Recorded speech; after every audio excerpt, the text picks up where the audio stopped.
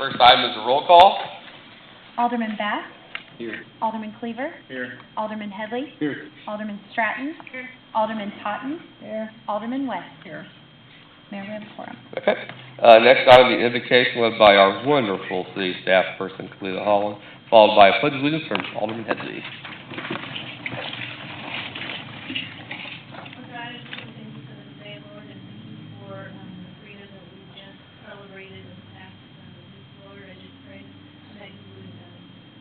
Give our aldermen and elected officials just wisdom on how to proceed, tonight's agenda and the items that are on. So just thank you for the blessings and just give them grace. I pledge allegiance to the flag of the United States of America and to the republic for which it stands, one nation, under God, indivisible, with liberty and justice for all.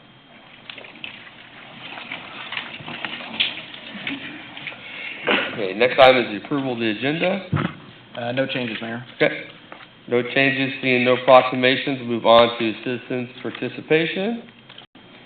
We ask that citizens come forward to the microphone and podium, and please give your name and address for the record. Do we have anyone who wishes to address the board this evening?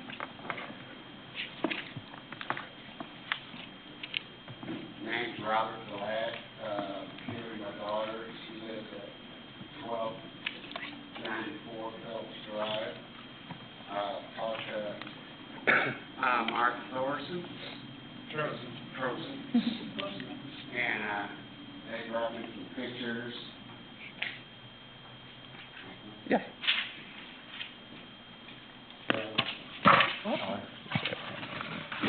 There's my one. That's what they said. I had Dr. grandson. 120 feet wide, 20 feet deep. At 4 feet, you got 12,000 gallons of water.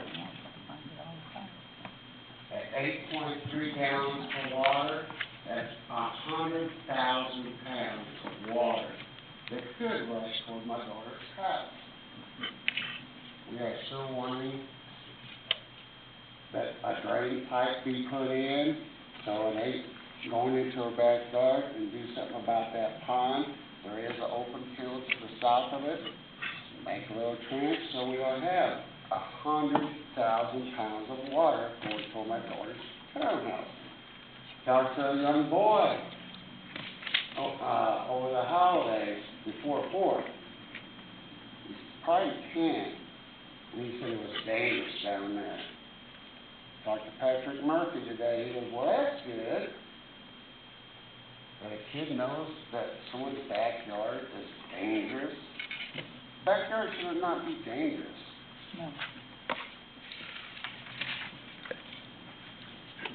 Mark, I know that you went out there Friday and I think took some pictures after the pretty good rain we got on the 4th. So I know. Sure. If you want to speak, I know Ken said that you had a couple things that you were looking at doing, or. Sure.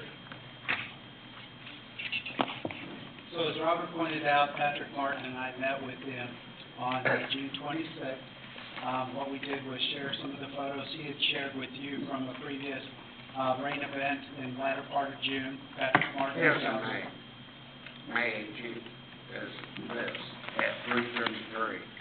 I was talking about the photos that Patrick had shared. Sorry. That's all right. We also shared with him and reviewed with him the as-built that were done, the engineering drawings for this area, and as far as how it was constructed, how it's in place, how it is operated. What we talked to Robert about was that we wanted to continue to monitor this to make sure that what Public Works had done, and what Public Works basically did, was they cleared out all 4 sides of the inlet. They put in this rock path to basically slow down the water as it's coming out of the pipes towards that inlet. And that if we needed to make any improvements to it, we will continue to monitor it, and we will continue to improve on it. The day after July 4th, I went out there first thing in the morning, July 5th. These are the photos I've taken, and as you can see, there is some water around the bottom of where those inlets have come in. And then also in some of the other photos, you can see where some of the water was coming around the rock bed. And so I visited with Patrick Martin today. What they're going to do as soon as it dries up, they're going to go out, add some compression run or some other materials to bring that up so we don't have that standing water around the inlets. We're also going to try and do more of a V-cut so we have more of a flow coming down instead of around the rock, and monitor that and see how that does as well. I met with, Mark and, Patrick on that meeting. Mark even said, I'll let you put out your words, because we do have it recorded. How dangerous is it? Would you let your kids be around it? That wasn't the point of the conversation. It was to share with you the information and the function of the system. Was it dangerous for kids? I don't think I can decide if it's dangerous or not dangerous. Did you say it on the video or recording? Okay, we can't go back and forth with, I mean, our staff has made a recommendation to us on what needs to be done. So, I mean, we will follow what they're saying and go through and do that and see where it takes us. I mean, ultimately, if it's dangerous for kids, I mean, I know I wouldn't let my daughter close to that. I mean, that's the key. I mean, it's not, and part of what you're talking about too, the pond is on, not ours, it's private property as well. So there's not a whole lot we can do regarding that. You are the mayor. Yeah, and I can't make somebody do something to their property without, like, condemnation or something, which is a big deal. Huh? Well, that's why we're going to make improvements, and I don't know if we don't know if it's dangerous or not. I mean, we're making improvements to it. Well, I wouldn't put my family close to that water out there when they're running. I mean, I just wouldn't do that. And right now, we have, I mean, obviously, we got a lot of rain on the 4th, and nothing happened to the townhouse. So, I mean, obviously, right now, it's working, and we're going to make it work better. Why can't we just go ahead and just put a pipe in there and eliminate all this there hassle? How much is the pipe? I don't think it's about the cost. I don't know if a pipe would help any. I mean, You would eliminate the danger, wouldn't you? where would the pipe go? Into the drain pipe, into this here picture sitting right here. But I don't know if a pipe would, I mean, I'm not an engineer, so I don't know if the pipe would hold the flow.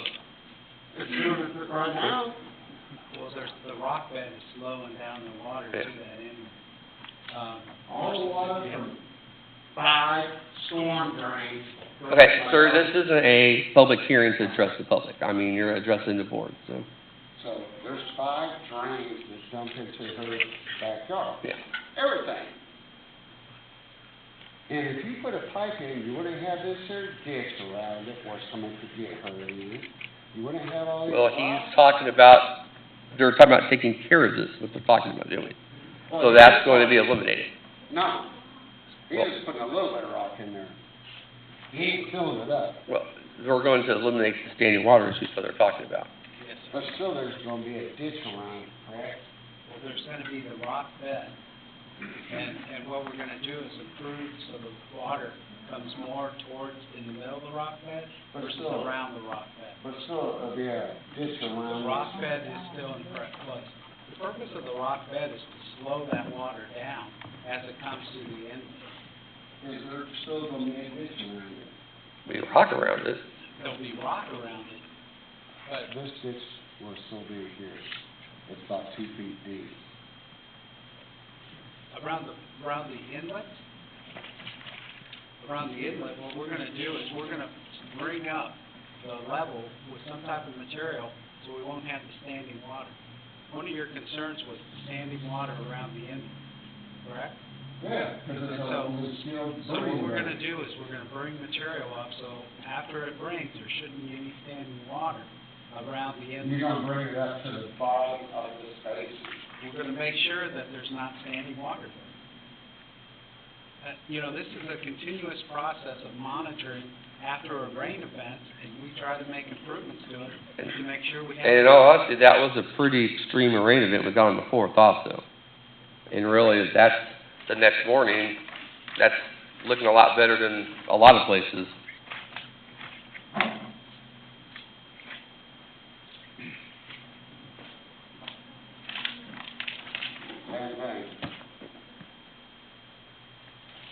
Again, that's private property. I mean, that's not anything that we can, Facilities.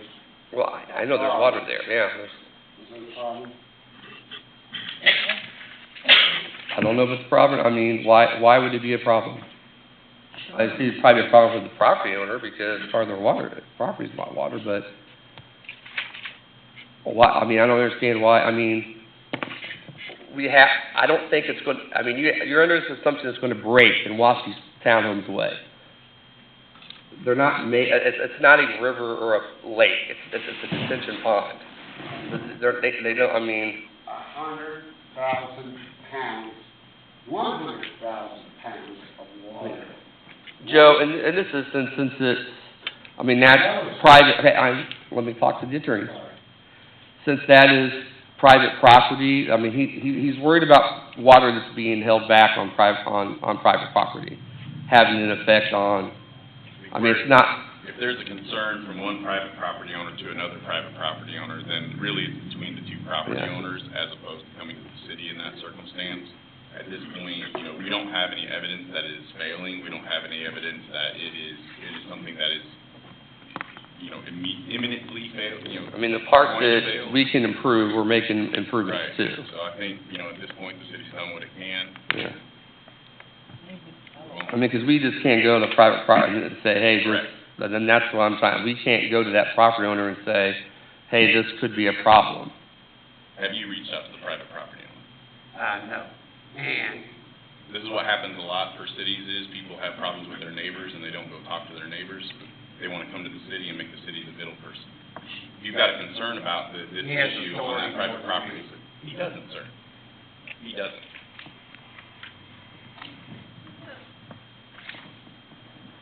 They've done what they can, and they're monitoring. would you say that you valued her property? It looks like a rock quarry. Kids had gotten hurt. One kid has gotten hurt when he first moved in there. 'Cause it was And what one do you rock, like this? and he hit it You before. that you valued her property? It had a. I'm not gonna answer that question, sir. Thank you. Now, if it's, like 15,000, that pipe cost to be put in. I mean, staff made the Pipe cost?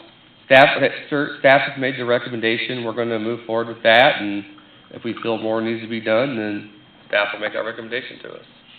I mean, for now, that's what we're gonna do. Appraisal, there's comps in the area, it costs $15,000, I would think it would be worth your, interest, you're not paying out the $15,000 compared to just, a friggin' pipe. And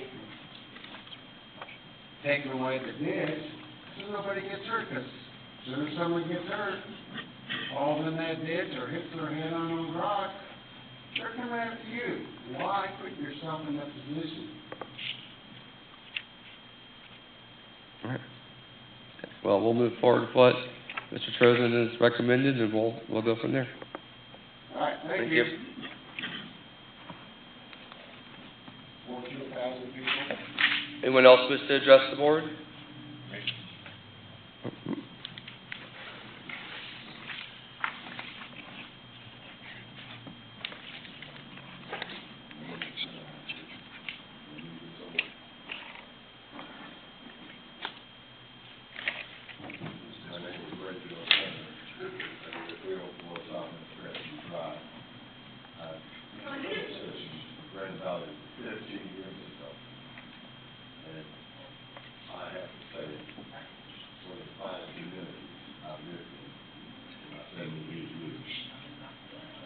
Blue Spring, I'm really glad summer. One time I thought Blue Spring was the best city in town. Granddaughter changed my mind because of the fine work, police officers do, citizens, you people, you listen, and you try to give the people the results that they're looking for. You're not always able to do that. And I've had a couple of embarrassing moments when I've been doing the same valley. I once came in to ask to have my water bill date changed from the 30th to the 3rd. And when I walked out the door, the police officer walked behind me and handcuffed me. It was one of the most embarrassing situations in my life. And I don't know why. I didn't use my hands for emotion. When I talked to the woman behind the glass, I just asked her, could I have my date changed? She said, we don't do that. And I just said, well, I never heard of that. I said, I was 75 years old at the time. And I said, most of the time, when you accommodate me, then the change something. There's a city rule. She explained that we so we can't always change the date when we want to. But I have one other major problem now. I believe in the Constitution of the United States. I came to learn for you. The first time I was called a nigger, I was in the 5th grade in school. The chief of police called me a nigger because he really wanted his son playing with me. I lost respect for the police department. White kid. I didn't even know what a nigger was when he told me a nigger. But I came to respect the law again because of these fine officers doing their job. Not stopping people because they got a badge on their chest. They stop you because they have a reason to stop you. You broke the law. I got the most satisfaction, which really brought me around when the former chief was here, when we had 2 illegal immigrants coming to Grand Valley and working. I went down the stairs and I asked the clerk down there, did she check the I-9s, which is a federal regulation. She's supposed to ask for I-9s when the contractor comes into your city to do work. And she said, no, I don't check it. I said, no, that's the federal law, you're supposed to do it. I took it to the chief took it up, the chief went with me, and he checked and seen if it really works. I can't believe it. In 6 months, there ain't been no illegal immigrants in Grand Valley no more. I think she finally realized we got to check the I-9s to make sure people come in here and doing work are legal citizens. But let's go past that. Here's where I'm at now. I believe that the 4th of July and firing fireworks, I believe it's out of control. And I'm going to tell you why. I got a couple of individuals that live in the next housing addition, right adjacent to mine. They're starting to make their own fireworks. They're talking about IEDs. I mean, it's just ridiculous. I mean, when they start making their own fireworks and firing them with the tremendous blast that they were making, I can feel the tremor in my house the other night. And it's simple how you tell them, because you can tell the difference between a fireworks falling and when somebody starts making them bigger, like cherry bombs, and that bigger cherry bomb set. I counted it one time, he had 15 go off consecutively, right behind one another. That wasn't about fireworks. Cherry bombs aren't made that way. And I believe that because we are growing so rapidly in Grand Valley that we're getting too many houses together. And people aren't cleaning up the streets. They're not respecting your yards, your houses. I got so many bottle rockets and stuff off of my house. I'm not going to put them on the desk because I'm the man to store everywhere. Bottle rockets and things like that. And I believe I don't want to do away with the 1/2 the time that Americans have to celebrate the 4th of July. But I think we need to have designated areas where we fire our fireworks. Let's take them out of the neighborhoods. We got Monkey Park back there. This is big as it can be. We can make that a designated area and tell people you have to go certain areas that are designated to fire your fireworks now. Here's my problem. I've seen 2 houses get burned down on the 4th of July in Kansas City. Okay. I can't call the police on 6 neighbors that's right around me that are firing fireworks continuously and putting all this stuff on the roof of my house, all over the sidewalk. I mean, they weren't even sweeping up the street. For 15 years, I went out there and I had to clean up the street behind me. Stuff all over the roof of my house. I just paid $7,000 to redo my roof last year on my house. Now, if my house roof catches on fire, who pays the deductible? The insurance company's gonna make me pay the $500 deductible, because I can't blame 6 people right around me who's continuously firing fireworks. I can't do that. I don't want to call the police on my neighbors. I want my neighbors to enjoy it. But let's get designated areas to fire fireworks. We have independent, some of the other cities around us, they don't like to fire fireworks no more, period. We don't have to go that route. We can get designated areas. Let's keep a happy community. Are y'all with me? Let's keep the community proud. Let's try to work with the community. I don't think there's nothing wrong with designated areas. I mean, because we're getting too many expensive houses now. And it would be bad to have somebody's house burned down. Just look at all the fireworks on the roof of my house. And if that roof would have caught on fire, the insurance company would say, well, who did it? I would say, there were 6 houses back there, and all of them shoot fireworks. I don't shoot fireworks off. And I would have to pay $500 a day to have my roof replaced, had it be caught on fire. But what I'm saying is that let's stay with tradition. Let's try to get some designated areas. Because these individuals in the next housing division behind mine, they're making those large, I call them IEDs. I don't even call them cherry bombs, they're so big at night. Well, anything like that's not legal in the fire, the police department, it was just take care of that, yeah. It was going on. There's 2 individuals, in New Year's or whenever, they get out and start shooting off their rifles and stuff. There's 2 individuals in the next unit over. Well, in those instances, I know you don't want to call on your neighbors, but if they're firing weapons and stuff in the sky, that's definitely a good chance to reason to call. They carry on in New Year's. I mean, they get out there and shoot their guns off. And the other night, when they started shooting off those homemade IEDs that they made, I mean, that was ridiculous. It was totally ridiculous. I've been in the Army 5 years. I don't want to go to war. You know, I didn't serve my time. And I just don't believe we need to put up with people making their own fireworks in the neighborhood. Look what happened to one you see on TV. He was making fireworks. Exploded, called a whole house, burned the whole house up, right on TV. He was making fireworks in the basement, and it exploded. Yeah. I mean, if people are making fireworks, we definitely want that reported, because that's not safe at all. Yeah. But what I'm saying is, you know, let's try to work with the citizens of our community. Let's have designated areas.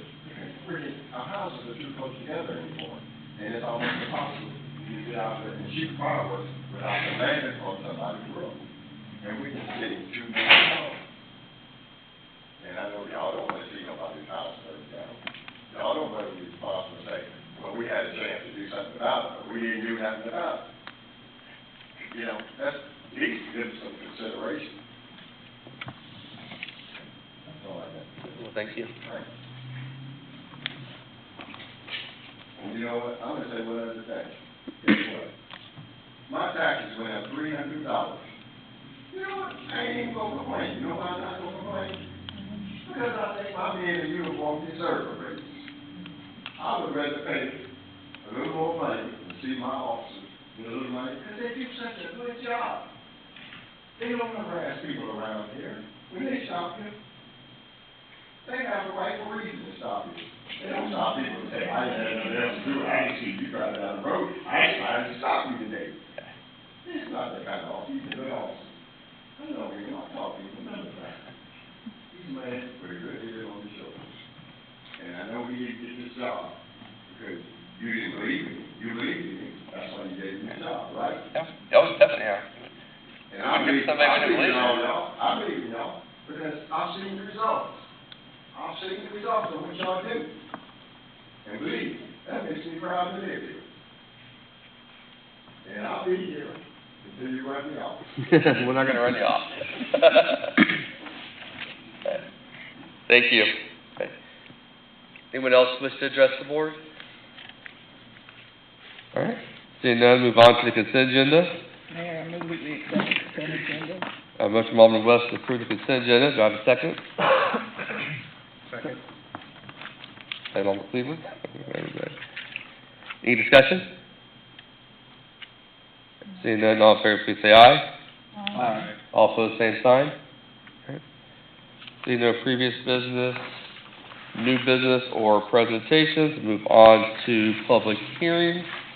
We have a public hearing for a request for zone change for certain land in Grand Valley from N1 light industrial to C2 general commercial. Yeah, Mayor and members of the board, I just kind of want to give a little background on this request.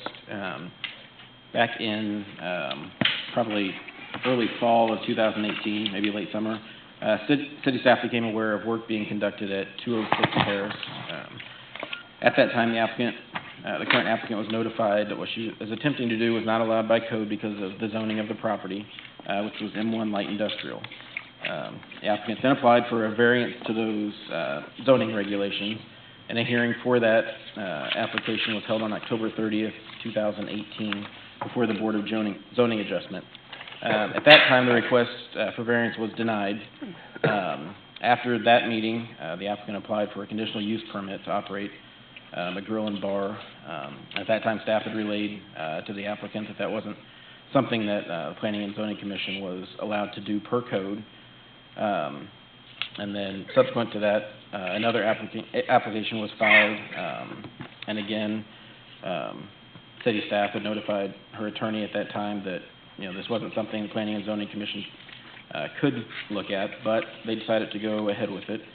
And at that time, we started the public hearing for that, and kind of came to the understanding with her attorney, who is currently representing her, and the Planning Commission that indeed was not the proper avenue for that, that if she wanted to go forward with this, the way to do that would be requesting a zone change with the Planning and Zoning Commission. So at that time, she pulled back her application for conditional use permit and applied for a zoning change from M1 light industrial to C2, which is general commercial. So the Planning Commission did have a public hearing for that. There was a lot of discussion back and forth on it. At the end of the day, they did vote 3-2 in favor with the condition that they look at fire lane or something similar to try to meet whatever fire regulations were out there.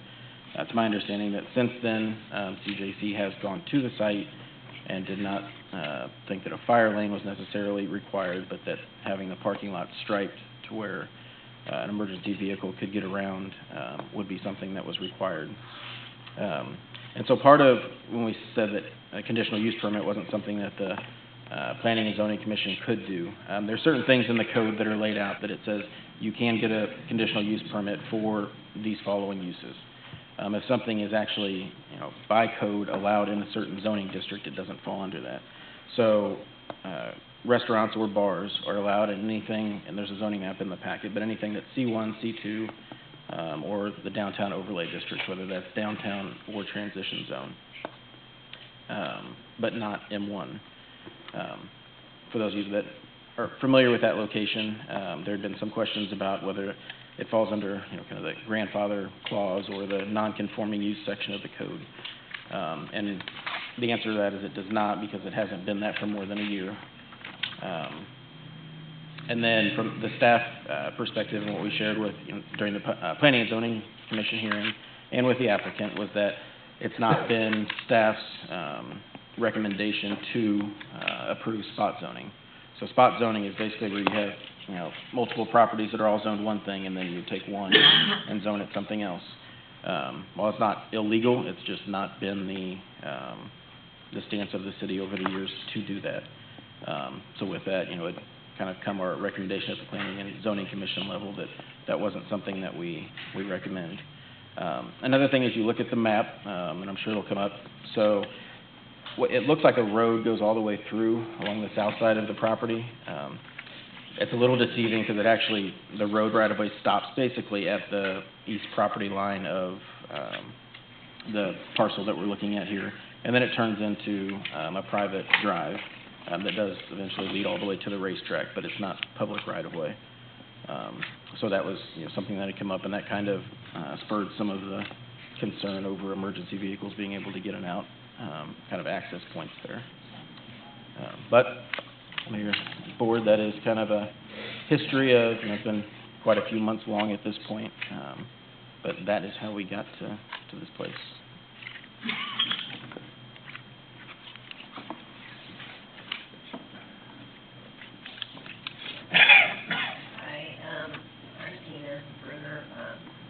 I started this process back in late August of 2018. The address is 206 Paris B. I went and met with Dennis, discussed with him a couple of times about wanting to open a bar and grill in his address because it had always been known as bar and grill. And I have a list here of every business that has been there, that has liquor licenses. At the last meeting, the rezoning, we asked, how long it had been zoned M1, and the response was as far back as they can remember. And my question was, if that's the case, then how did all these other bars and grills on that list get a liquor license and a food license? Go ahead and jump in. You can hear me okay. First of all, I want to compliment your city. I haven't done a lot of work here, and I found the staff and the city attorney very helpful. Kind of the previous application we didn't do, and so it was kind of we came to the meeting and we're like, we'd love to help you, but we can't do this. It's sort of like you can't get four strikes or oh, okay. It has been taken the wrong path. And just an incredible amount of professionalism, and it seems like, and I understand it's a balance between where the vision you have for your city going forward and has a good reputation and a solid community core, and a lot of people who are active in the community that just sort of lively these days. And that's the type of person that Keenan is. And in fact, I was fortuitous that had in Valley News, Dennis Shroud, helped a fundraiser for people who have been victimized by the flood. He's done it. And those are the kind of people that you want in the community. And it would be great if she'd been able to start off down the right path. But certainly, the pros on this is that you've got an individual who is deeply rooted in you. It's not her first time. It's not somebody, who is a lawyer and then thought, oh, I'm going to open up a bar. That's, she's done that before. She focused on the family environment. And I can understand completely the spot zoning. If you've ever been to Houston, I don't know what kind of zoning they have, but it's like, it's like a checkerboard and not much planning. But this isn't a situation where you have like a daycare next to power supply and sanitation. This particular little area, from what I was able to see, looks like it would be a good gathering spot. It's far enough out for people who work there in the neighborhood to get lunch, or for families, for dinner, to get out and have a game, something like that, for a gathering spot. In the perfect world, she wouldn't put all the blood, sweat, and tears into the elbow grease to clean it up, because it was, looking at the pictures, it's kind of daunting, and I can, flying all over the place. That's sort of a walk the walk. I'm sort of a show me person. Everybody can say they're going to do something, but if you want to just go through it, it's really self-explanatory. Those are the things, and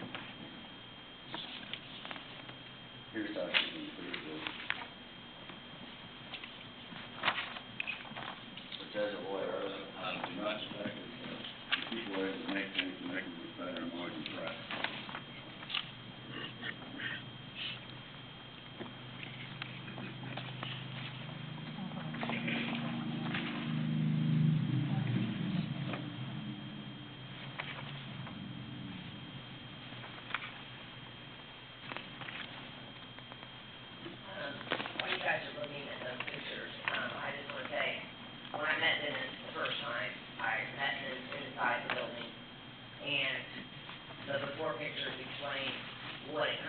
like in there, there was stuff everywhere.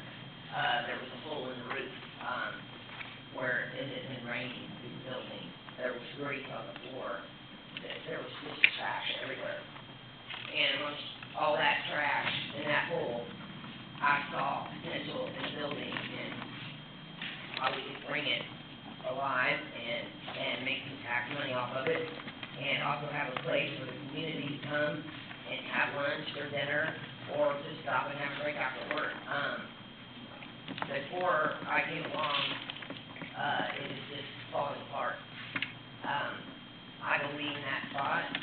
I believe in Grand Valley. I could have chosen anywhere to do my bar. And I thought about it long and hard before I chose that spot. But when I walked in, even amongst all the dirt, the hole, the trash, I saw potential. I see potential in Grand Valley. That's why I chose Grand Valley. I've worked in Grand Valley for the past 6.5 years, and I'd like to stay in Grand Valley. Even after they came out and told me, I wasn't aware that that spot couldn't be a bar and grill. It's always been a bar and grill. Everybody that's from Grand Valley has known it to be that. So I just started cleaning it. When they came out to talk to me, I was doing just that, cleaning the trash out, painting. I've done no structural change to it. The only structural change to it was Dennis did put a new roof on it, so there's no more holes. I was told to apply for this, apply for that. You've got this, just keep believing. By my former attorney, citizens of Grand Valley that believe in that spot, believe in me, they just kept telling me to keep fighting, and I kept fighting. I went to the zoning meeting, and one of the gentlemen that voted no talked to me outside and told me what they would like to see done, and I have done everything they've asked. I went and got the proposal re-signed with the notary. I striped the parking lot. I called the fire department and had the guy come out. While he was there, he did an unofficial inspection and pointed out some things that I need to fix. I fixed those. I've done everything I've been asked to do. And I'm asking you guys to please give me a chance. It's a rare client that we check back in with them, we've already done everything that we need to do. And I think that demonstrates their commitment. And I understand it, from your point of view, you don't want to be giving out these willy-nilly, but I think this is one where there's a clear distinction which allows you the ability in the future to say, well, that's a different situation. This is a place that has traditionally been, seems like last time I was here, somebody said Bobby Lee, and people recognize that, because they've been here for a while. And also given the area, it's not been really, it's not like putting it in a residential area, which would be not sort of an area where it would blend in okay, and especially on the street, it would be crowded, we have space for people to that. And more importantly, I think it's her commitment to the community. That's the type of people that you want to hear, that everybody's got the oil and the water and rowing in the right direction. In terms of compliance, I mean, if someone understands the importance of complying with not only each and everything, but maybe a couple extra just to make sure it's definitely in room, and I think that speaks volumes in there as well. I'm gonna give you guys the notarized proposals that they asked me. I got them signed before, but they weren't notarized, so I had to go back and get them signed again and notarized, so I just wanted to give them to you guys actually. And then the last thing I have, and not to sound like a litigator, there may, and I think your city attorney is much more well-versed on this type of law than I am. Given the history of the location, and certainly what it's been before, and I have researched, it may be something that would lead to a appeal potential, and I don't, hopefully that's not necessary, because I think there's enough factual and opinion ordinances which allow for, especially given the fact that once you give a list of things that we're concerned about, you went through and check, you know. Which I don't see, especially with money.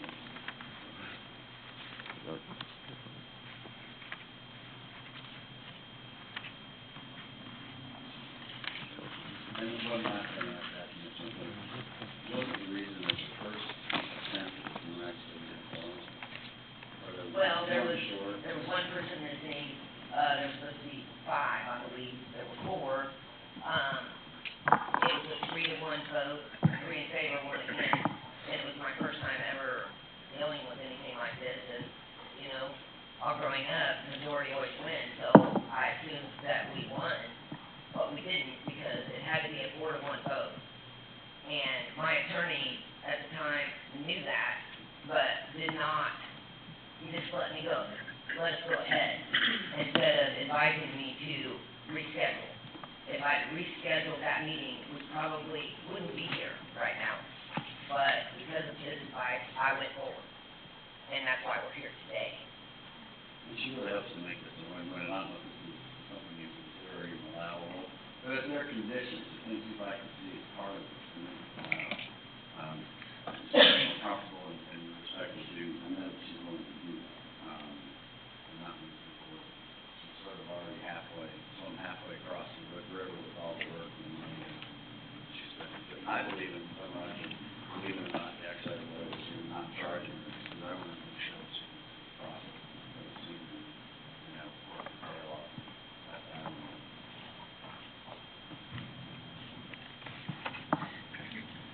Does anyone have any questions for Ms. Blue or her attorney while they're up? I'll turn it over for public hearing.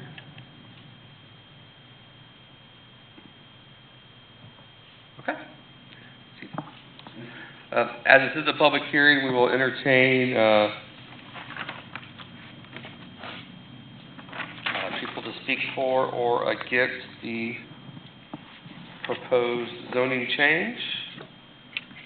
Do you have anyone who wishes to speak for or against? I'm in temperature out on the property over there, so I guess basically someone out there, if anybody has any questions for me, with the problem with our building on the property, it's built as a restaurant, or can't be utilized for the first weekend, so that's why I didn't, look, the continuing meeting, it's built as a, first built, that's kind of where we're at in the building. Yeah. Is it the whole building, or is it split up into 2 things now? So would the whole building be what, I should say, we're requesting, or just the half that? I think the zoning is the whole property. Okay. And then, at one time, Sandy's the half of it, Bobby Lee's the other. She's going in half, Bobby Lee. And as the property owner, you're okay with the whole thing being zoned that? I mean, honestly, the property, again, I'm not sure how it operates without. It seems to be a little bit confusing as to how they did it before, instead of the back cars, and kind of things like, well, they're not bothering them, so. Yeah. That's just my assumption. They did it, and it was non-conforming use, I guess, is what happened. Yeah. Yeah, but nobody really seems to know at what point they even built the bar. At the time, I did in the county, I think it was, they did in the county, originally built this bar, built the gate. I'm not sure how that works. Now, Dennis, are you gonna allow the people to use your, part of the street that's not the city street to get in and out to the bar? It's not a through street, no, it's not it. I mean, if we have, if there was emergency, if we need to get in, it's not a problem, yeah, it won't be a through street. It's a dead street. Now, is there another property owner between this building and where the track is? Yes, the boiling barn. Okay, that's okay. In fact, only, they're the ones who built that building, bridge is part of the bowling, that's who I purchased it from, was the bowling, and they're the ones who built it. Okay, you would have any questions for Dennis? All right, thank you. Thank you. If I might, I forgot to give this to you guys. I know that the zoning guy that talked to me after the meeting,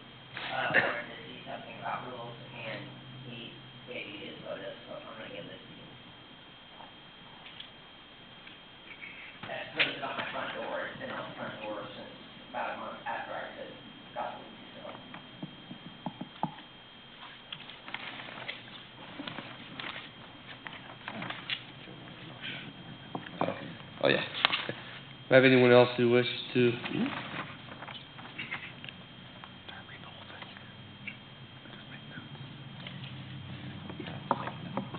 Evening, my name is Alderman.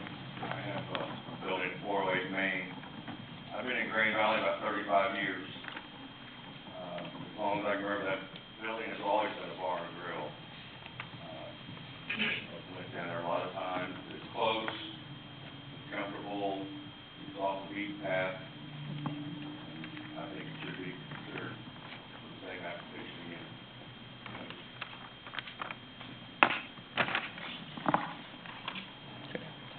Anyone else who wishes to speak for or against?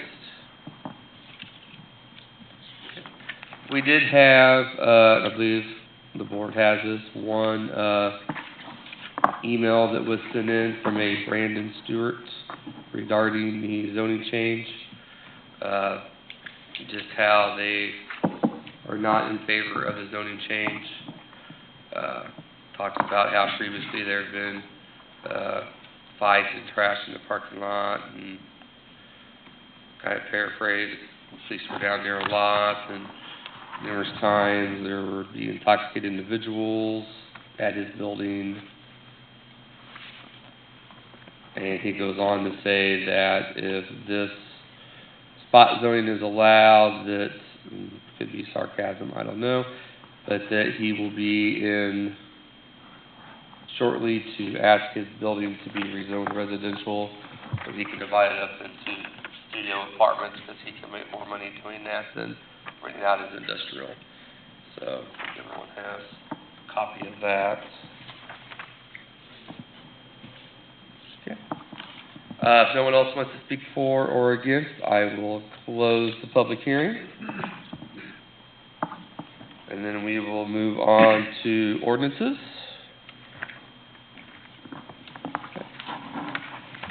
And I will entertain a motion to make the second reading of Bill B-19-17, which would then be ordinance 2470 after that. So do I have a motion to bring that up? Motion. Okay, I have motions from Alderman. We'll do it this way, and then you can say, I talked to Joe about this. Okay. To see how this works. You can say, so moved. So moved. I have a second. Second. Second, Alderman West. Any discussion? All right. Seeing none, all in favor, please say aye. Aye. All opposed, same sign. All right. The motion passes. All right. This is a second reading of bill number B-19-17, an ordinance approving a standard fine schedule for the city for the Green Valley Municipal Court. What ordinance?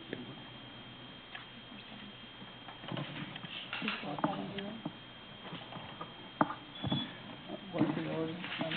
247. Mayor, I move we accept second reading for Bill 19-17, making it ordinance number 2470. Okay, I have motion from Alderman Headley. Do I have a second?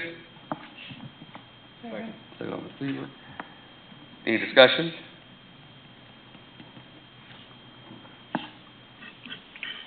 All right. Seeing none, all in favor, please say aye. Aye. All opposed, same sign. It'll be a roll call. Alderman Cleaver. Yes. Alderman West. Yes. Alderman Headley. Yes. Alderman Bass. Yes. Alderman Totten. Yes. Alderman Stratton. Yes. All right. The ordinance is approved. Okay. Next, I'll entertain a motion to bring up Bill B-19-18 for its first reading. So moved. Motion from Alderman Cleaver. Do I have a second? Second, Alderman Totten. Any discussion? I'll bring it up. Seeing none, all in favor, please say aye. Aye. All opposed, same sign. Okay. Sounds like there was one name. Yeah, so What 5-1 was it, on Mayor? the, Just to bring it up. this is just to bring it up, yes. Just bring it up. Oh, okay. So you okay? Yes? All right, 6-0, bring it up. This is the first reading of bill number 19-18, an ordinance changing the zoning for certain land in Green Valley from M1 light industrial to C2 general commercial.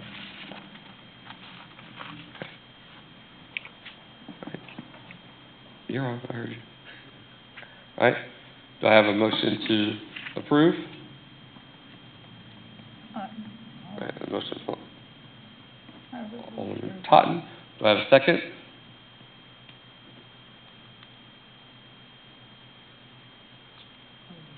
Do you have a second? Approve the reading? Huh? We're approving the reading, right? This is to approve us to vote on it. Yes. Okay, second, Alderman Cleaver. Okay, any discussion? Mayor, members of the board, this is what we just had the public hearing for, so this would be rezoning, what would be known as 206 Harris, but the large parcel there on the north side of Harris Street, from M1 light industrial to C2 general commercial.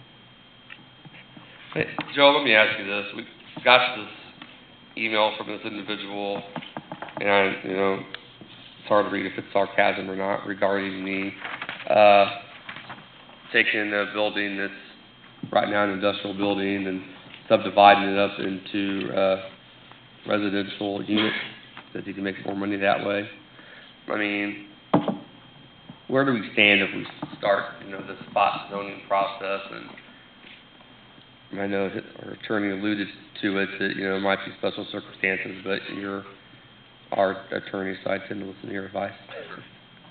As Mr. Murphy had mentioned earlier in the process, this does constitute spot zoning, because you do have an area that is a fairly large area of the industrial zoning, and we would be essentially picking one parcel out of this to change it to a different type of zoning, and that meets the definition of spot zoning. Now, in Missouri, spot zoning is not necessarily illegal. It is wrought with challenges, and there have been, you know, many challenges to it in Missouri case law with respect to that.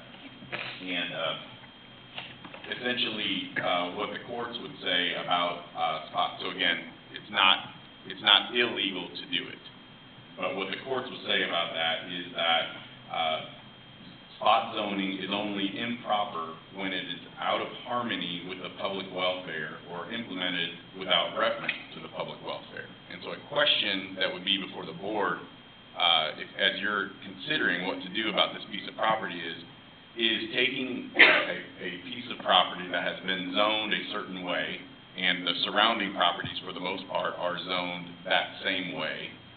And my understanding is that your comprehensive plan would have it zoned similarly to that into the future.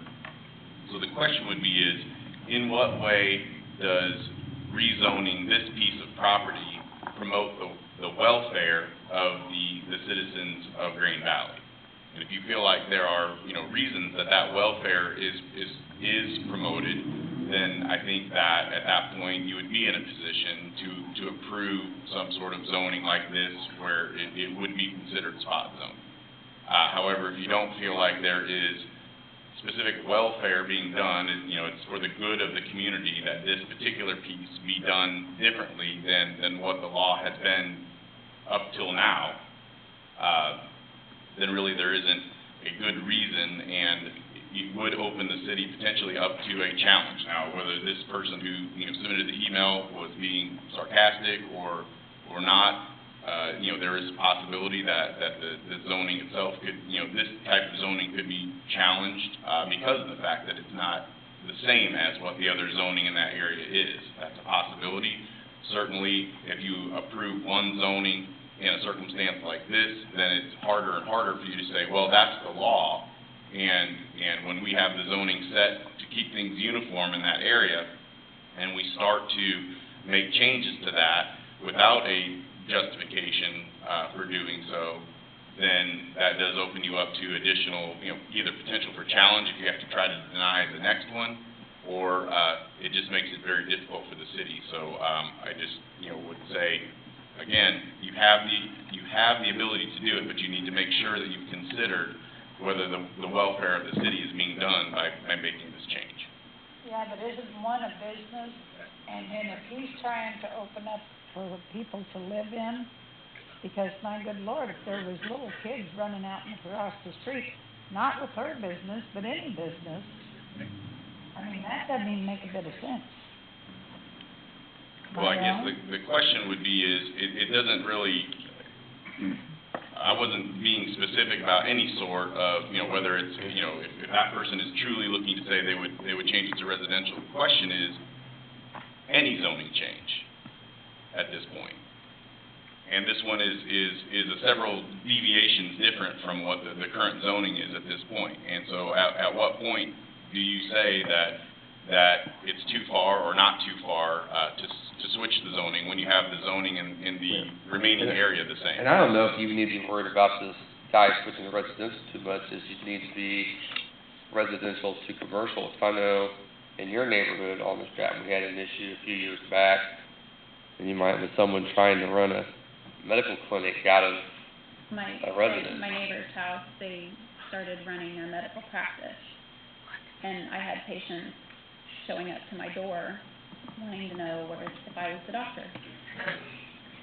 So, I mean, I think it would be a similar situation if she had tried to zone to be able to practice medicine out of there, you know, then that would open up for other people to spot zone as well.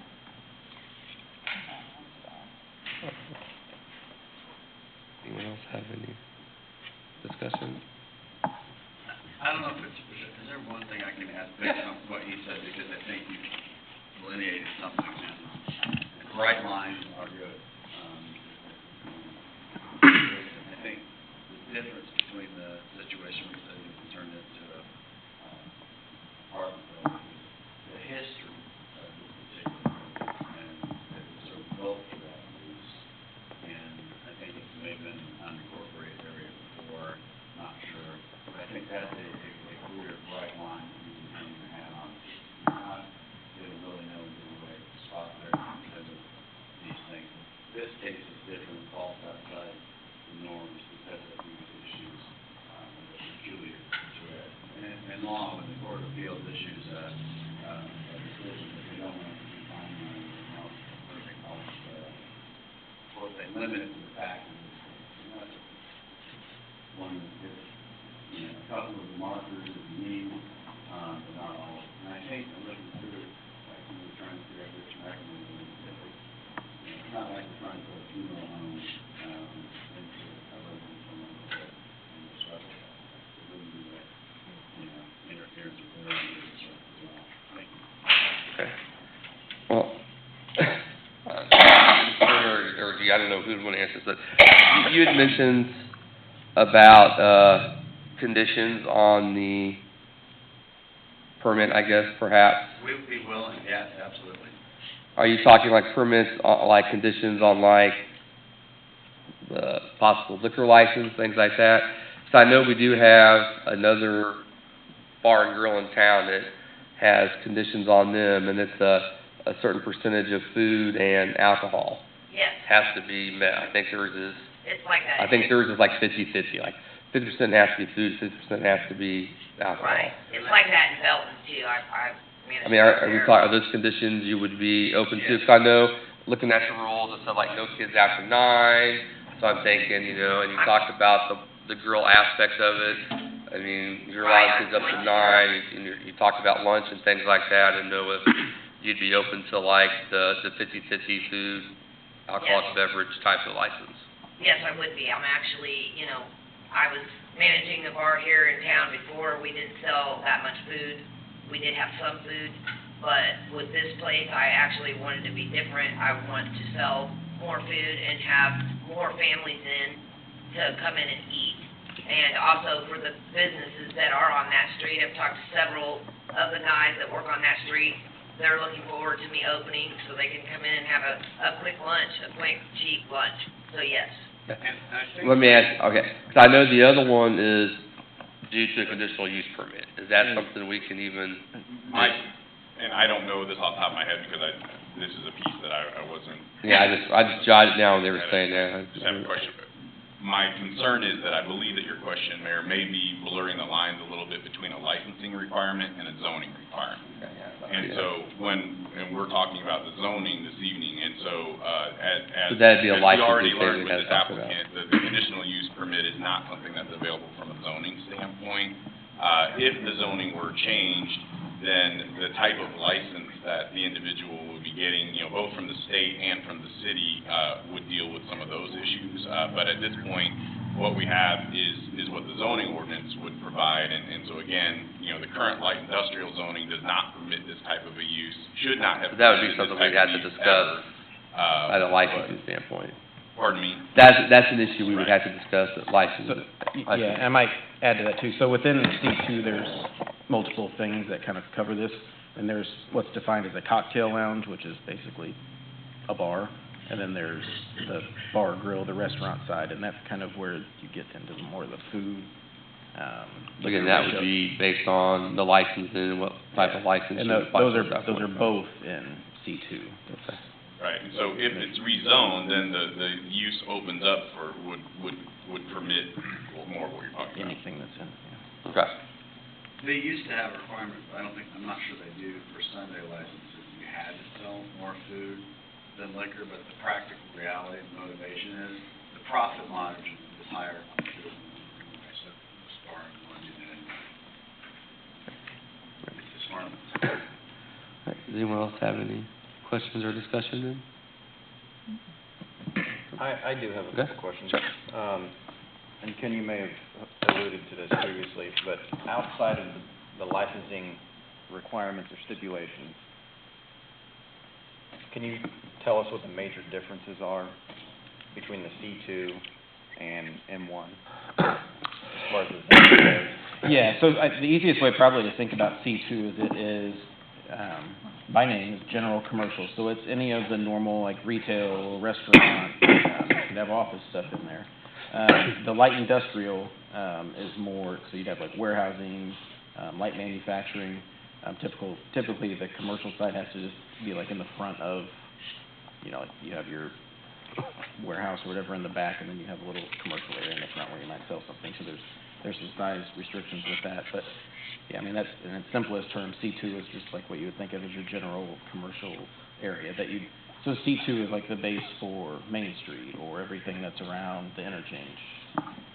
So all of those things that you see there would be typical in that district. And everything else on that street is currently M1? Everything from, was that Cypress over? There's duplexes. Yeah, Cypress. There's some residential there. R2, R3, Yeah, some let me- duplexes there. That's on the road that runs. Cypress north is, south. Cypress is the first one, Yeah. but the duplexes are. But everything on Harris, once you pass the duplexes there, is light industrial. And it was in the, I don't know if you have the packet pulled up, the zoning map was in there. I don't pull it up here for you. No, I don't.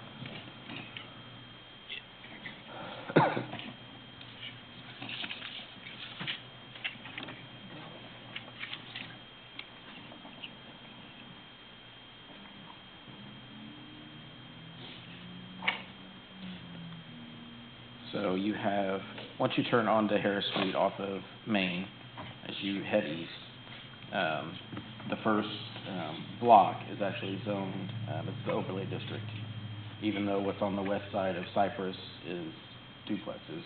And if that redevelops, that goes in as commercial. And then so the east side of Cypress Street is R2 residential, but everything where you go over, so basically like Paxton Muffler Shop and the little lot that's behind them is M1, and that goes clear. Mr. Shrout's racetrack facility is zoned M1, kind of that whole area there.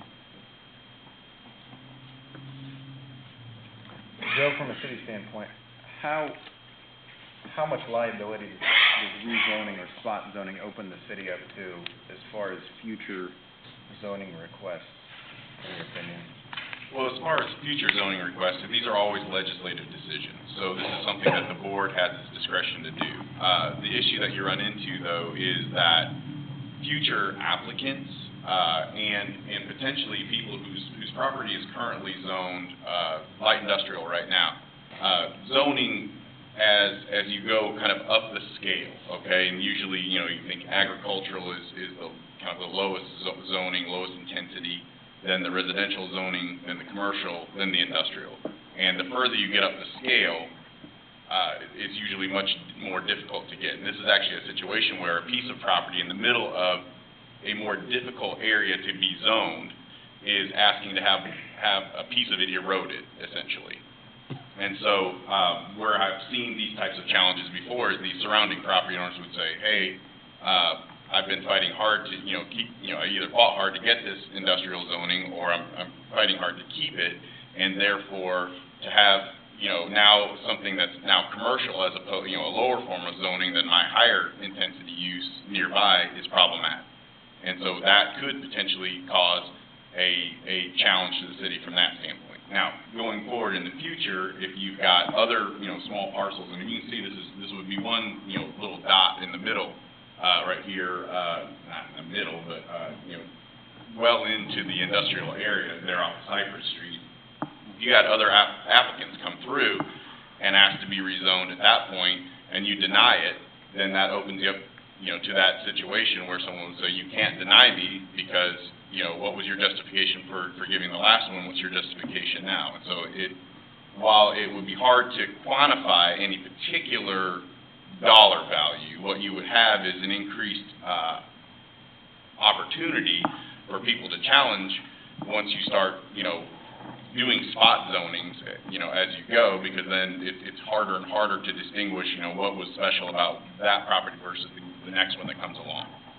Can I ask a question? How many have we had come forth to want to change their classification? Can I say something? Well, I mean, like ever, or what is? Well, in the past 5 to 10 years, how many people's been up here changing their? Most people go through variance process, don't they? No, I mean, there have been some zone changes, but it's usually where it abuts something that's already there. You'd be extending the zoning. Like there's a line from industrial to commercial, and, it's a vacant property, and they want to go one way or the other, for a development. That's the ones that I remember. I mean, I don't think we've had any most. I don't think we've ever had any spot zoning requests. That's why we're talking about that so much this Okay. time. That I recall, I mean. I don't recall them either. I just want to address this topic.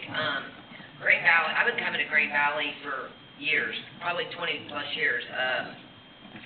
Great Valley has grown substantially in that 20 years, and I remember coming to Great Valley when Patricia's and the whole shopping center, and none of those houses were there. There was a bar, which I managed for 5 years. And here's the problem with the city expanding, and it's continually expanding. Spots that may have been good for something 20 years ago have become not good now, because there's now residents surrounding certain spots like Charlie's, Pete's Place. Bobby Lee's, I don't think that's ever going to be an issue. Harley's Pit Stop, there's a train that runs behind there and a creek. It's basically a dead end.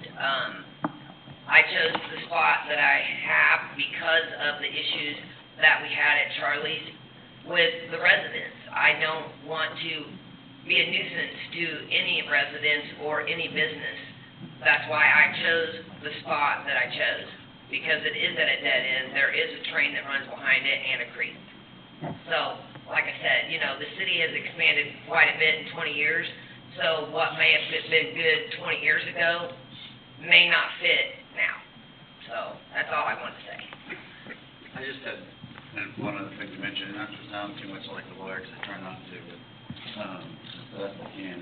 In terms of precedential value, there's a question as to when it became, certain M1 industrial, and whether there's past history of that. And I think, then you can, it was a bar before, right? And that's what it's built out for that.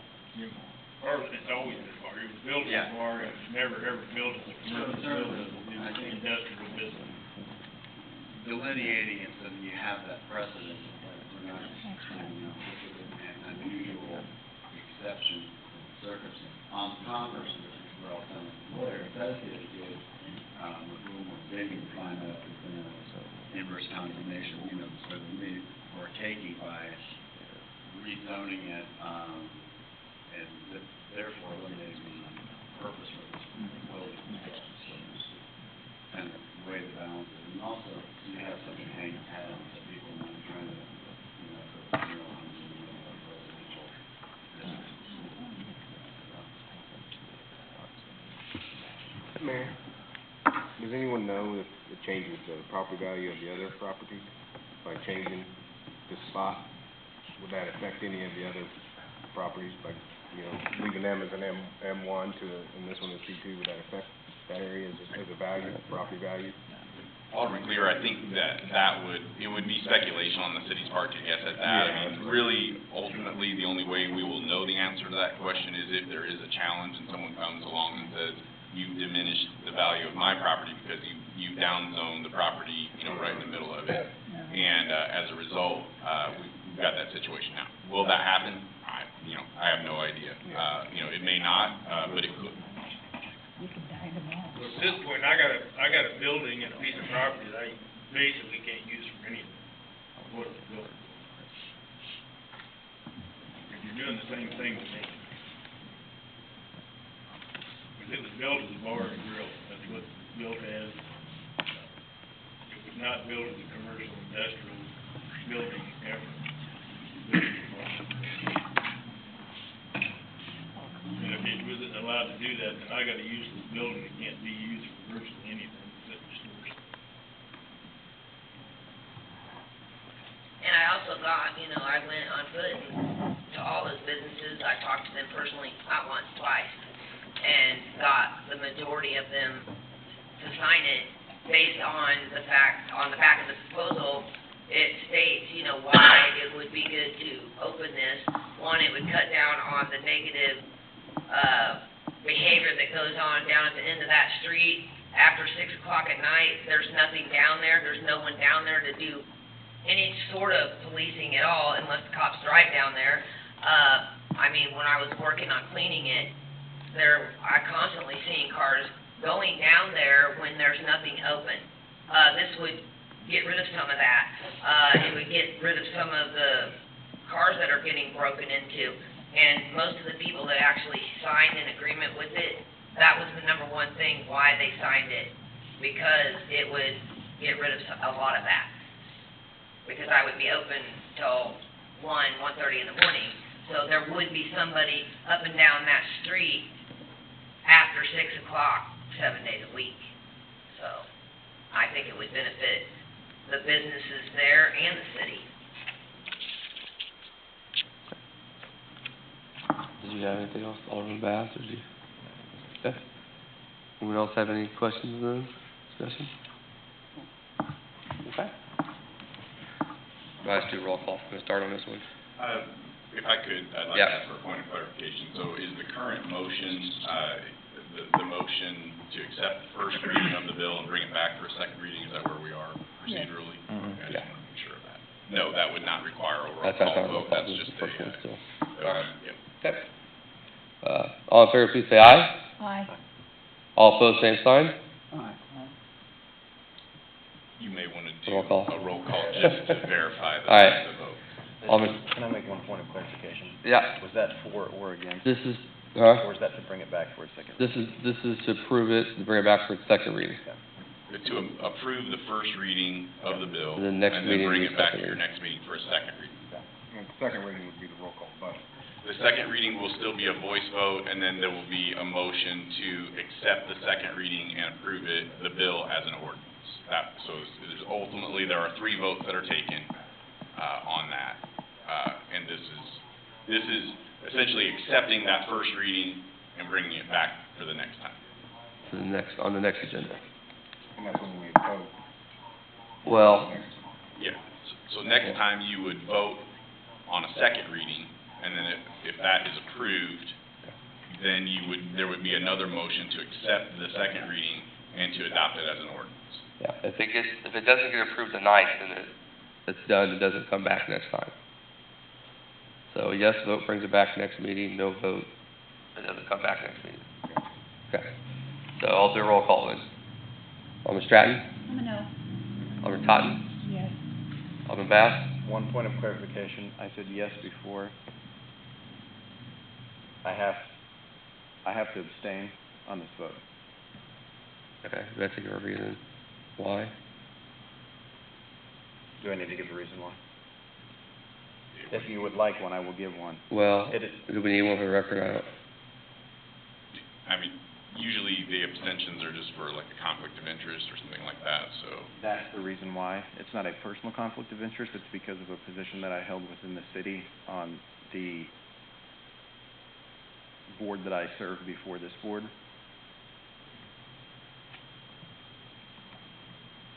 If that's something you and I need to discuss, we can, but I feel like it opens up to a potential conflict of interest.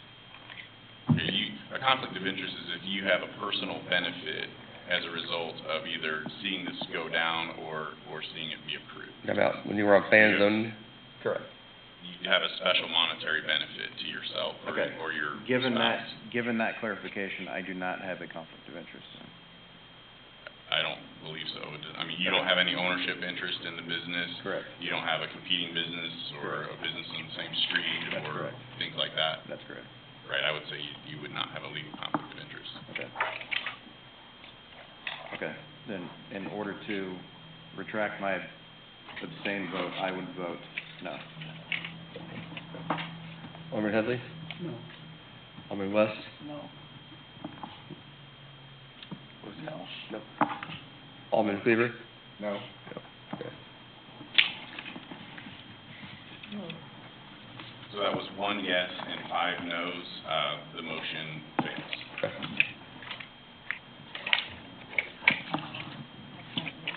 Next item will be resolutions. I'll make a motion to approve resolution R19-33. So moved. From Alderman Headley. Do I have a second? Second. Second, Alderman Cleaver. Any discussion? Do we need to read? Yep. You wanna read it? Yeah, Mayor and members of the board, this is just the annual lease. If you remember, probably for the last 5 or 6 years, instead of purchasing a skid steer, we found it more beneficial to the city to enter into a 1-year lease agreement for that piece, or a lease agreement for that piece of equipment. And it's worked out for us, so this would be that next version of that. And it is under the budgeted amount that that was approved in the 2019 budget. If you had any further questions, Mr. Trozen is here to answer any of those. What's the benefit of leasing it versus purchasing? Because when I was reading through there, it said we're responsible for all maintenance and, if the track's less than 50%, we have to replace it, when we return it, so everything's basically on us like we own it. What's the real benefit of leasing it? I think the benefit is each year you get a new piece of equipment. Okay, so basically we're swapping it out each year, is what's happening. Okay. That makes sense. Anyone else have any questions or discussion? Okay, seeing none, all in favor, please say aye. Aye. All opposed, same sign. All right. Passes. Next item then is city attorney's report. Mayor, just one quick note. This coming week, all of the attorneys in my firm will be going down to the Missouri Municipal Attorneys Association meeting. We have annual requirements to have continuing legal education requirements that we have to meet every year.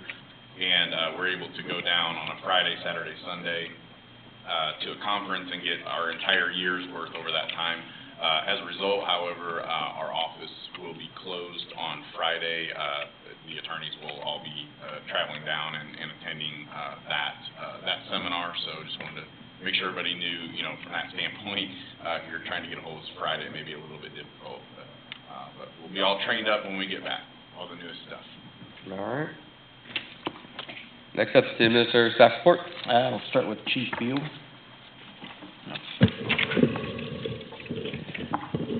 Mayor Boyd, I just wanted to remind you guys that Camp Focus is next week, Last year, I explained to you guys some of the things I wanted to implement in through the police department. One of them was Camp Focus.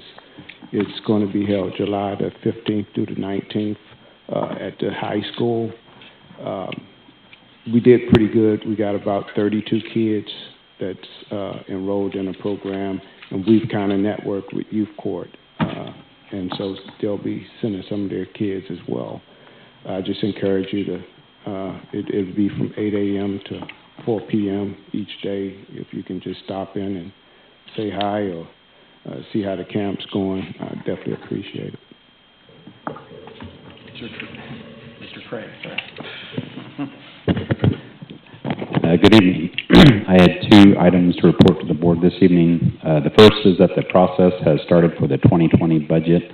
The budget worksheets and calendar were distributed to the department heads today, and they will begin work on their department needs and requests for the upcoming year. The second item is that the city has received the new updated property tax valuation from the Jackson County Assessor, and the current valuation is $240,839,157, which is an 18% increase as compared with July of 2018. And that's all that I have in my report. And Mr. Trozen. Good evening. A copy of the report was submitted to you prior to the meeting, which gives you the statistical data as far as third and community development department. Just to point out a couple of items, new single-family residential permits for the month of June were 10, year-to-date 74. Public Works continues pothole patching, 2 full days this last couple weeks, and also the fire sprinkler system at City Hall will be inspected on Thursday, July 11th. Any questions in regards to the report?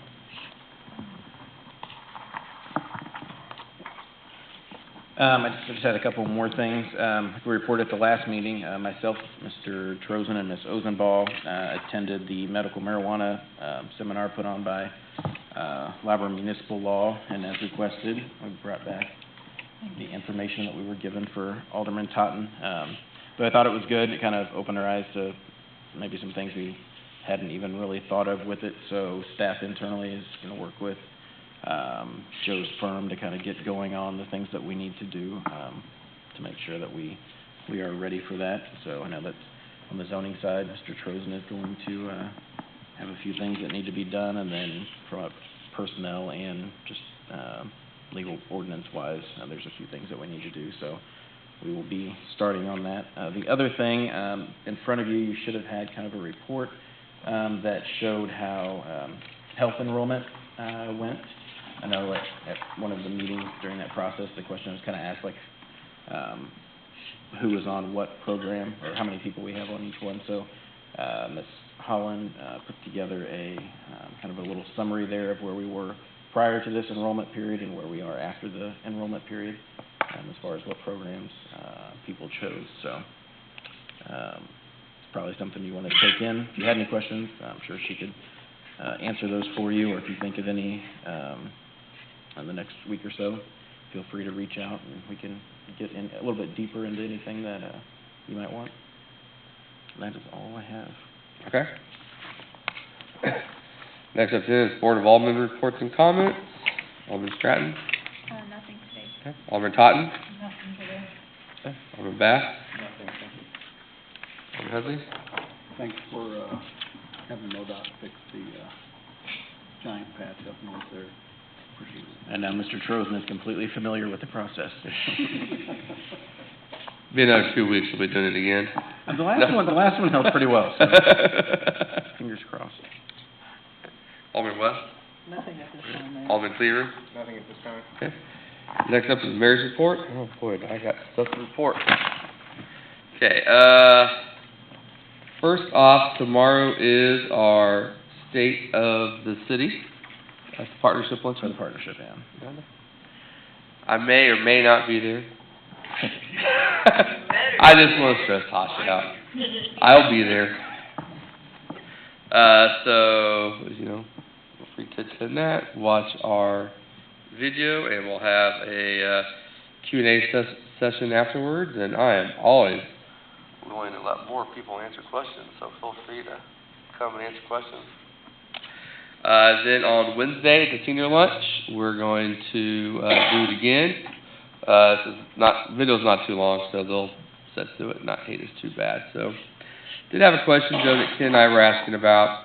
At these events, especially like the senior luncheon, more and more aldermen have a tendency to show up. We haven't been posting them in the past.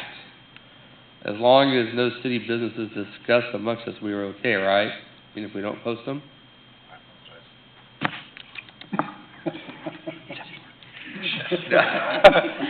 So, like, our senior luncheon on Wednesday, sometimes, several aldermen will show up to those. We don't typically post those because, it's not a city meeting and we're not discussing business, but... This particular one is the state of the city. Oh, that particular one is the state of the city, so we would be discussing the state of the city. If you're just giving the report of the state of the city and there's no kind of back and forth or feedback amongst the board members. Well, if there's like a Q&A session, though, and they can ask. If there's a Q&A, I would recommend noticing that up. Okay. It's a lot like conflict of interest. I've told you all probably a million times before, is you fail in the court of public perception a long time before you fail in the court of law on both of these issues. Okay. When people see you together, they're going to assume that you are conducting city business even when you're not. So it's always a best course of action to notice up meetings where a quorum of you will be present, just to be safe. However, if you find yourselves together in a quorum, I highly recommend that you do not discuss city business and keep your quorumness at a bare minimum, if at all possible. And whether that means sitting in different parts of the room or... Yeah, typically we do. It's not like we're all huddled up together usually. Right, so. Exactly. And so that's, the main thing is we don't want to ever give the appearance that we are somehow doing business outside of a public meeting in that way. And, so the high road is the best road to take when it comes to something. Okay. So, senior luncheon then is Wednesday. We'll just stay in the city again on that day. 11:30. Yeah, 11:30. What's that? 11:30. For the senior luncheon? It actually starts at noon. Yeah. Next thing I have is you may have seen on Facebook, but for the first time, I believe, in 4 years, the city of Grand Valley took back the Texas Roadhouse rib eating contest. City of Blue Springs has been giving it to us the last few years. I think they're bringing some ringers because they got a couple guys who don't chew. I'm telling you, they don't. I mean, so we were victorious this year. Our guys did really good. Ken Tuttle did almost choke on a bone, but he did get it up, so we're good. And our guys came out on top, and with that was, we split the money Texas Roadhouse raised. They gave $2,000 to our Grand Valley Yes, which will be used for the next item I'll talk about, and $2,000 into the All Fibers Association for Blue Springs. That's Blue Springs' charity they do. So we've always had at first it was like, hey, whoever won got to, but we've always just split evenly amongst the two cities. So that's a good event, and we got a nice big trophy in there if you want to see it. We'll have a trophy case one day. So, next up then is our first Grand Valley Yes pool party is this Friday. It has been called the Mayor's Pool Party, but I will call it the Grand Valley Yes Pool Party for Mr. Tyson's sake. We could use some more volunteers for that if you want to spend your Friday evening hanging out with a bunch of 4th and 5th graders. If you haven't done that before, that is a great time. But we still need a couple more, but the response has been tremendous. As of this morning, due to pool size, we had to cap it at 100 kids. Our 6th and 7th grade one, which is July 26th, I think, is almost all the way full. I think there's only a couple more spots left in that one. And then our one this Friday, which is for 4th and 5th graders, I think was close to 80 kids as of this morning. So more than likely both of those will fill up, which is kind of cool that they'll be that full, so, if you're available Friday night and want to enjoy some, Casey's Pizza and a DJ playing 4th and 5th grade kids music and a bunch of 4th and 5th graders jumping around in the pool, feel free to join us. You won't have to be a lifeguard. We have professional licensed lifeguards, so we're just there for crowd control, not life saving. If that worries you. Next event, or next thing I'm going to talk about is, I wanted to talk about fireworks. It was on my list. I think it actually, every year it's kind of a hot button topic. I'd put a post out there about it. It's very polarizing in this community. Last year, I don't know how many days it was last year. What would we do, 5 or 6 days last year? It ended up being stretched out, yeah. Last year was way too much. This year we did the 3 days. It was confusing with the whole Friday aspect of it. Next year we won't have that issue because it'll be 3 days together. I think it went better than it has in the past. We do have people who do like to, who do shoot illegal stuff off. I do know that we wrote a couple citations this year. I don't know how many, but I got phone calls, so I know we wrote a few. I didn't do it. But they were from individuals who were shooting them off at like 2 in the morning, and I'm like, well, yeah, you're going to get one at 2 in the morning if you're shooting it off. I actually rode along with Sergeant Carr on Friday night because this year we brought on an officer for fireworks patrol, basically, and they took all of the fireworks calls that came in. Friday was not a loud day to shoot, and we started at 9 o'clock, and when we started at 9 o'clock, I think there were already like 7 or 8 calls holding for fireworks. So we went around to all those individuals. Of course, when that is not easy to do because no one really ever knows the address. It's always in the vicinity of cross streets. So we spent a lot of time looking in the air trying to figure out where they were coming from. And then we would go and we didn't write any citations. We just gave warnings. Everyone that we talked to was very, pleasant about it. We said, hey, you got Saturday night to shoot them. We're not shooting them tonight. Just stop for tonight. No one really gave us any trouble back. And I was recognized a few times. Sergeant Carr thought that was funny. I'm like, well, I'm not trying to hide. So all in all, I think next year will be a little smoother with the 3 days together. And yeah, I don't know how to. It skips to Saturday because of. It's a leap year, you're allowed. But we'll still have Friday, Saturday, Sunday next year. It'll be the 2nd, 3rd, and 4th next year. Third, fourth, and fifth. Is it 3rd, 4th, 5th, or 2nd, 3rd, and 4th? Third, fourth. Because the Saturday is the 4th, right? Saturday. Right. So it'll be Friday, Saturday, Yeah, Sunday, third, then, or fourth, fifth. it'll be 3 days together. It won't have that gap. Yeah. And then with this point, I don't know, we are getting a lot of illegal liquor, stuff that they would shoot off at Royal Stadium or such. And I don't know how we can control that. Because I tell you, my house took a few times too. So I know that people are. Chief, there's something very confusing to me, is that on the Kansas City Channel 41, they come on the TV and said, people are allowed to fire fireworks. Yeah, we had that issue. We had that issue with a couple of TV stations where they posted the wrong information. So we ran into that Friday night, and people were showing us on their phones like, hey, according to like KMBZ, we can shoot tonight. So I don't know. So next year we need to make sure we're doing a press release or something. I don't know where they were getting their. Yeah, so usually they've been pulling stuff off of our Facebook posts, which Sarah had out there. It should be a city ordinance. Each city should be allowed to dictate their own policy. Yeah, and we do, and I don't know where they, and I don't know where they got the information. But they did not pull it from our stuff. Yeah. But Channel 41 and Channel 5 came on and said 10 days after the 4th of July, you're allowed to fire fireworks. Now, that's confusion, because you got people believing one thing, and then they got the community, if the community says no. That might be the county ordinance, but this is Green Valley's ordinance. Because the Green Valley can separate their ordinance from that of Kansas City, Missouri. Because you are a township, and the township is allowed to dictate their own policies. Did we put a blurb on the water bills this year about it? Do you know?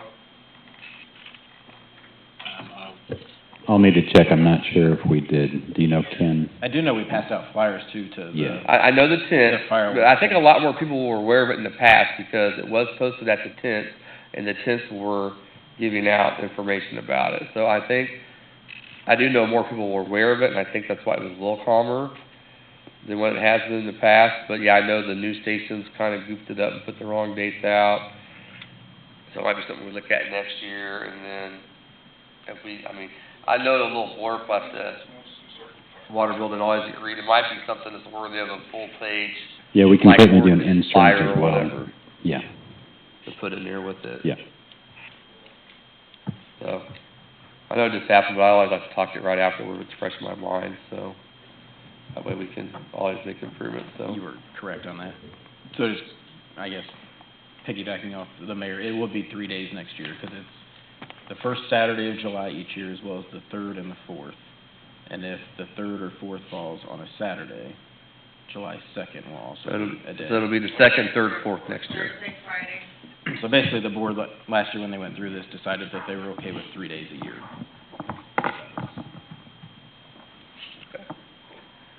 I believe I covered everything, didn't I? All right, do we have a need for the executive session tonight?